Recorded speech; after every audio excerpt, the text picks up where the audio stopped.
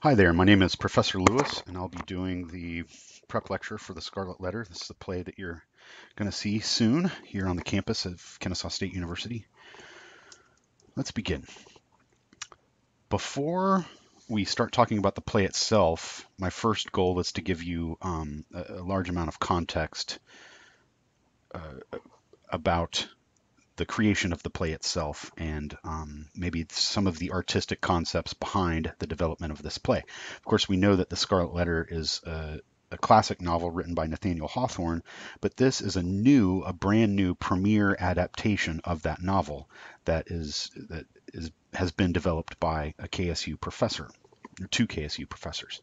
We'll talk about that later in a minute. So let's look at maybe some of the artistic origins of this adaptation, if you will. What we're going to talk about first is a newish sect of academia called performance studies, which is sometimes attached to a theater department in a university, but sometimes it can be in the communications department. Sometimes it might be its own department in and of itself. But here at Kennesaw State, we have a performance studies department, and it's enveloped in our intertwined with our theater program. So Kennesaw State University has a department of theater and performance studies. It's a very unique field and it's pretty new. It got started in the 60s-ish, but really sort of took hold in the 80s and 90s. And so since it's so new in the United States, there really are only around 20 fully fledged departments, performance studies departments in the United States, and we have one of them. Performance studies studies performance in all its forms. So yes, theater, but it also looks at other sects of academia and incorporates those within the umbrella of performance: anthropology, sociology, communication, literary studies, psychology. So performance studies, in a nutshell, to really simplify it, performance studies looks at all other aspects of performance besides the performance of a play on stage. So performance studies incorporates solo performance, performance art, the adaptation and performance of literature, storytelling, and then also it studies, like an anthropologist or like a sociologist, it studies cultural performances, rituals, religious ceremonies, social and professional roles that we as humans use to create our identities. The role that I play as a professor is different than the role that I play as a son or as a father. Depending on what situation I'm in my life, I am adapting a different role, and performance studies studies that. Race, gender, sexuality, class, those are performances in and of themselves. And so that's the study of that. In a nutshell, how we navigate life, create identity, and build community. We do that through different facets of performance, and performance studies is an academic field that examines that. So that's one place where this adaptation comes from. Here's another place. It's a style of theater called chamber theater. Chamber theater often has a very minimal design, so lots of information is left to the imagination of the audience. But chamber theater quite often is all about stage adaptations of literature. And so the Scarlet Letter that we're going to watch definitely lives in this world of chamber theater. The cool thing about it is that it's performance just like a regular play is, but you're able to meld elements of literature and theater together. One major way of doing this is to look at these two modes of performance that we're definitely going to see in the Scarlet Letter, and that's the dramatic mode versus the narrative mode. In dramatic mode, think of dramatic mode like just a regular play. The action is immediate. The characters are in mid-action. They don't have all of the information that's available to them. They're struggling through some sort of conflict, trying to find solutions, demanding information from each other. Why are you divorcing me now? Well, I can't tell you. Oh, please don't leave me. These characters are in the midst of action. They don't understand exactly what the outcome is going to be. And so in acting the story, they are showing the story to us. So in dramatic mode, just think of it like a regular play. Narrative mode is where the literary element sort of comes in. In narrative mode, the characters have all of the information. They are omnipotent. They understand everything that's occurring in the situation, just like when you are given flowery descriptions of situations in a novel. That entity that is providing, whether it's a narrator or just information that you're getting from the author, that is an all-knowing, all-seeing, all-understanding source of info. And the situation is being explained to you. It's being told to you. It's almost as if the action goes on pause, and then in narrative mode, the characters can then reflect on what's happening in the story. So dramatic mode, immediate, in the midst of action. Narrative mode, reflecting upon the action that is not occurring at that moment. In the Scarlet Letter, we're going to see the actors switch between these two modes quite often. So they're going to speak to each other as they would in a regular play in dramatic mode, but then they're also going to narrate and speak to us, the audience, narrative mode. They will exist within the action in dramatic mode. They will also pause, even if it's for a second or two, to reflect upon the action, to give us an opinion about it, narrative mode. The other cool thing about chamber theater is that you also get the incorporation of text from the actual novel into performance, not just the dialogue, but if the author has written a really lovely description of a house or of a person, you can hear that text as well. If and when the actors switch over to a narrative mode. Make sense? Should be cool. Like I said, this is a brand new adaptation of The Scarlet Letter by Dr. John Gentile. He's a nationally renowned performance studies scholar and a full-time professor here at Kennesaw State University. He's got lots of degrees. He's a very smart man. Look at that beard.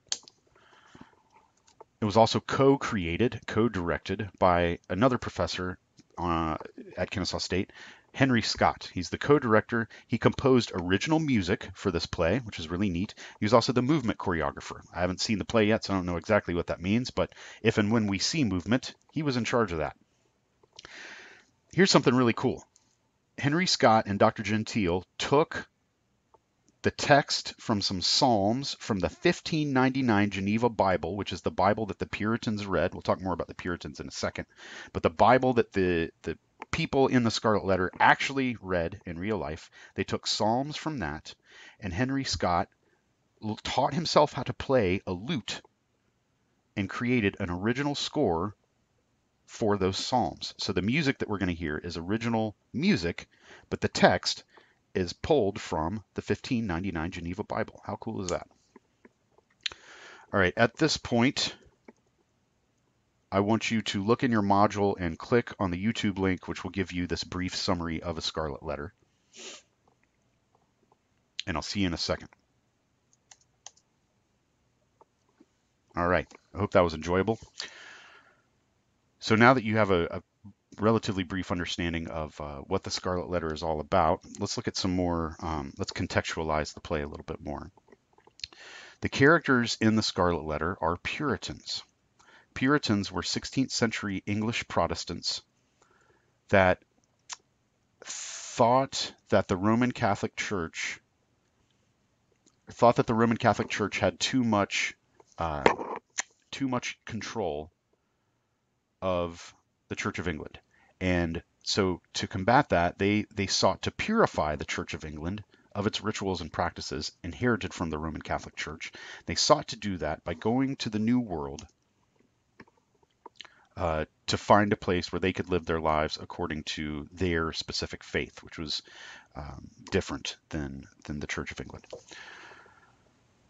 Their spiritual life stressed self-discipline and introspection, and they thought that they were the chosen people of God, and that the new world was given to them by God, and so they were on a divine mission to live according to his standards in the new world as Puritans. They believed the Bible was the supreme authority on earth, and they used the Bible to justify a lot of things. Now, if they felt that their divine mission their God-given divine mission was to go to the New World and live as God's chosen people, then that meant that whoever was living there first was not chosen by God, and so therefore they had to get out of the way. So in that sense, they used the Bible to justify their occupation of the land and their use of force against the Native Americans because they were, according to their beliefs, obeying the will of God. They thought that God was a very harsh, judgmental God, and that your salvation or damnation was predetermined by God. Humans are innately sinful, tainted by the sins of Adam and Eve, and good can only be accomplished through hard work and self-discipline. And they were so strict on themselves about that they even Puritanism forbid the celebration of. Here's one example: Puritanism forbid the celebration of Christmas because it's never mentioned in the Bible. Of course, the birth of Jesus is mentioned, but finding a tree and decorating it and giving each other gifts is never mentioned. And so they thought that it was a distraction from hard work, and so they didn't do it. They felt that salvation could be achieved only through hard work, working in the fields, tending to the crops, tending to children, tending to the home. Not a hard partying bunch. Okay. So we've got some context and some background about how and why the play was created, what's happening in the novel. Now we have to ask ourselves this question, and any theater artist should ask themselves this question when they're thinking about producing a play. Why do this play? Why do this play now? Let's open that. Let's unpeel that onion a little bit. First of all, it's about Puritans settling in the New World. And it was written at that time. So Nathaniel Hawthorne has given us really one of the first, if not the first, great American novel. So that's one good reason to revisit this piece. It's good classical material. Also, a lot of us have already read this, but we read it in high school, and maybe we didn't really get it. The themes may not have resonated as strongly as they could these days as we're older. And then also, there's this sort of a harsh reality that we're all dealing with right now in modern education. Literature and the arts are given less emphasis than they used to. And so maybe it was taught in high school, but maybe it was glanced over very quickly or not taught successfully or as successfully as it could have been taught, or maybe it wasn't taught at all. So other good reasons to revisit this novel. Here's why it's nice to revisit this novel. Here are some themes that are explored: how law, religion, and sexuality intersect.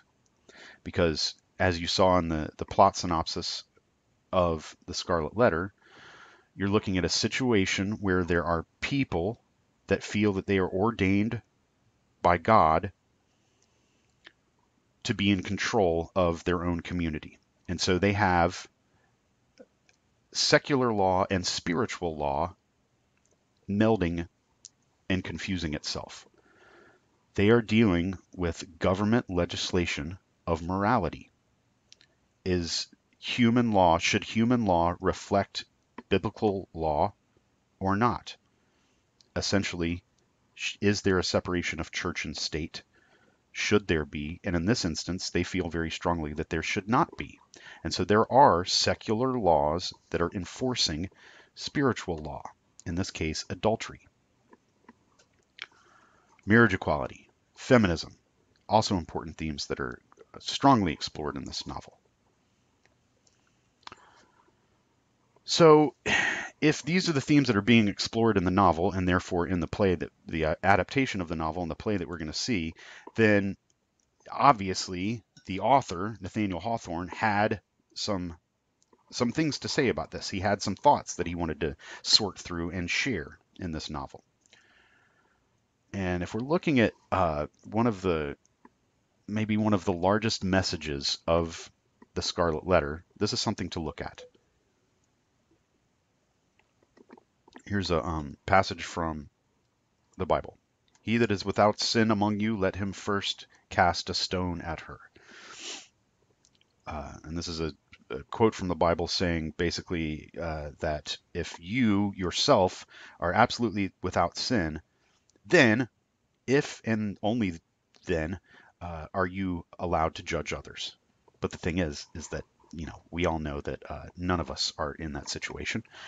And so, therefore, we need to deal with our own problems before we start pointing fingers at other people. This is something that Nathaniel Hawthorne felt strongly about. The second quote, "Be true, be true, be true," is a quote from the novel itself. "Be true, be true, be true. Show freely to the world, if not your worst, yet some trait whereby the worst may be inferred." So that if we're all sinners, we're all infallible, then it's important for us to just go ahead and admit that and do our best to fight past that on a day-to-day basis. Be the best person you can, regardless of your shortcomings. It's possible to make mistakes and still live a good and worthwhile life. In the novel, Hawthorne is kindest to the overt sinners, those characters, as opposed to the outwardly good people who are so quick to rush to judgment of others when they themselves have also made mistakes in the past. They have skeletons in their closet too. In 1630, a guy named John Winthrop wrote this poem called "A City Upon the Hill," and he's talking about the New World. Here's a quote from the poem. He says, "For we must consider that we shall be as a city upon the hill. The eyes of all people are upon us, so that if we shall deal falsely with our God in this work we have undertaken, and so cause him to withdraw his present help from us, we shall be made a story and a byword throughout the world." What he's saying, as the newly formed America, that we are the shining city upon a hill that the rest of the world has their eyes upon. Because remember, the Puritans felt that they were ordained by God to be the chosen people to live in this new world, and therefore the blessed and the most holy inhabitants of the planet. And that the eyes of the rest of the world are upon them. And because the eyes of the rest of the world are upon them, they have a strong responsibility to honor God so that they can lead by this majestic example. This is the beginning. If you've ever heard someone say, the United States is the best country in the world, and God bless America, we've always sort of looked at, as American citizens, we've always sort of looked at life through that lens to varying degrees. But that idea of American exceptionalism has been with us since the very beginning of America. It's ingrained within us. Here's a quote from President Ronald Reagan in his farewell speech in 1989. He said, the past few days when I've been at that window upstairs, I've thought a bit of the shining city upon the hill. The phrase comes from John Winthrop, who wrote it to describe the America he imagined. I've spoken of the shining city all my political life, but I don't know if I ever quite communicated what I saw when I said it. But in my mind, it was a tall, proud city built on rocks stronger than oceans, windswept, God-blessed, and teeming with people of all kinds, living in harmony and peace, a city with free ports that hummed with commerce and creativity. And if there had to be city walls, the walls had doors, and the doors were open to anyone with the will and the heart to get here. That's how I saw it and see it still. After 200 years, 2 centuries, she still stands strong and true on the granite ridge, and her glow has held steady no matter what storm, and she's still a beacon, still a magnet for all who must have freedom, for all the pilgrims from all the lost places who are hurling through the darkness towards home.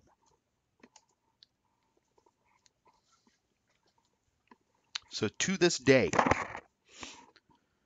we still, to varying degrees, have this feeling that we are exceptional and chosen, and that we have things that they don't have in Canada or Italy.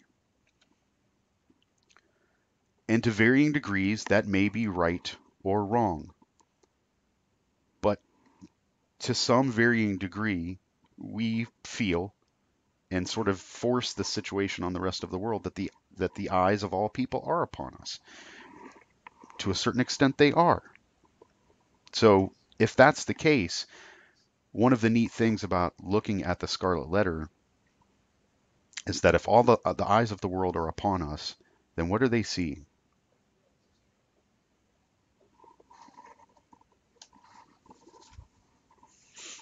Here's the cool thing about theater. If you've been in my actual class, you've heard me say this a million times, but if you haven't, then here's me saying it for the first time.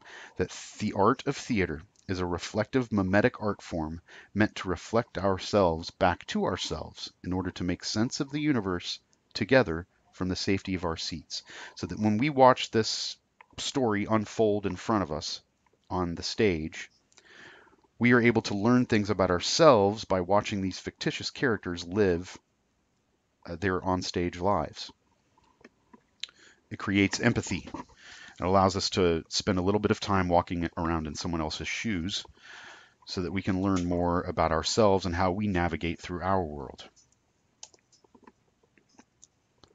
Here's something that's kind of mind-blowing. The Scarlet Letter is about adultery, about a woman who's married, having sex with another man.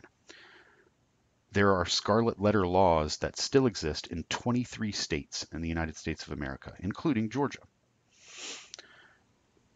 Let's look at one. New Hampshire. A person is guilty of a Class B misdemeanor if, being a married person, he engages in sexual intercourse with another, not his spouse, or, being unmarried, engages in sexual intercourse with another known by him to be married.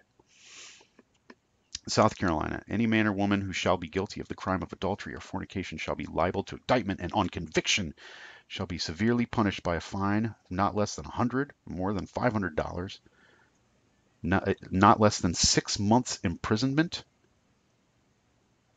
Adultery is the living together in carnal intercourse with each other, or habitual carnal intercourse with each other without living together of a man and woman when either is lawfully married to some person.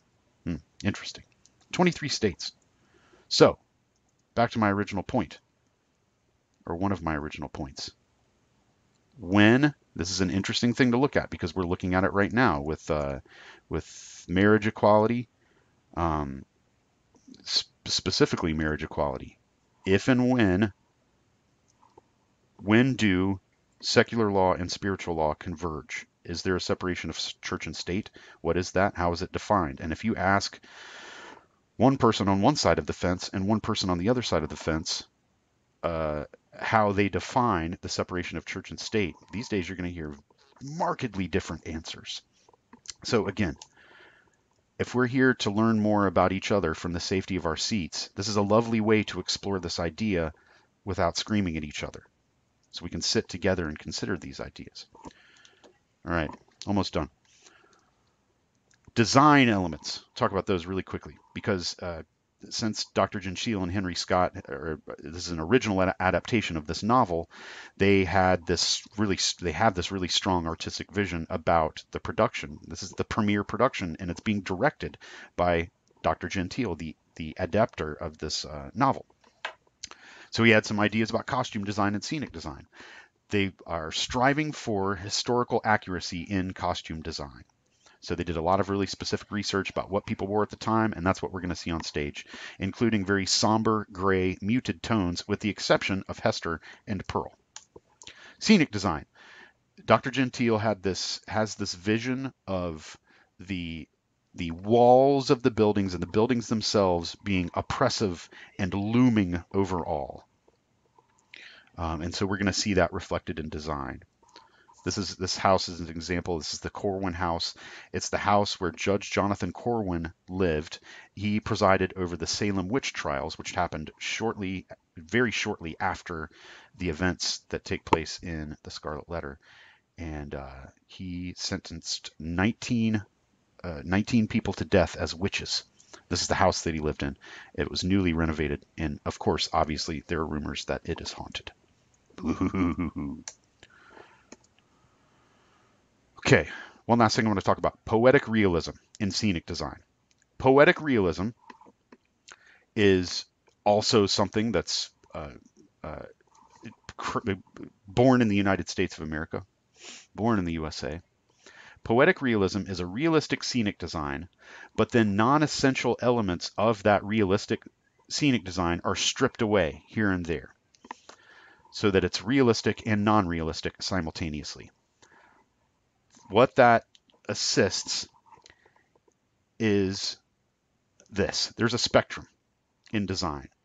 And if something is completely realistic, if a scenic design, if we're looking at scenic design as an example, if scenic design is completely realistic, then that puts all of the focus on the characters and the narrative and the story that's happening.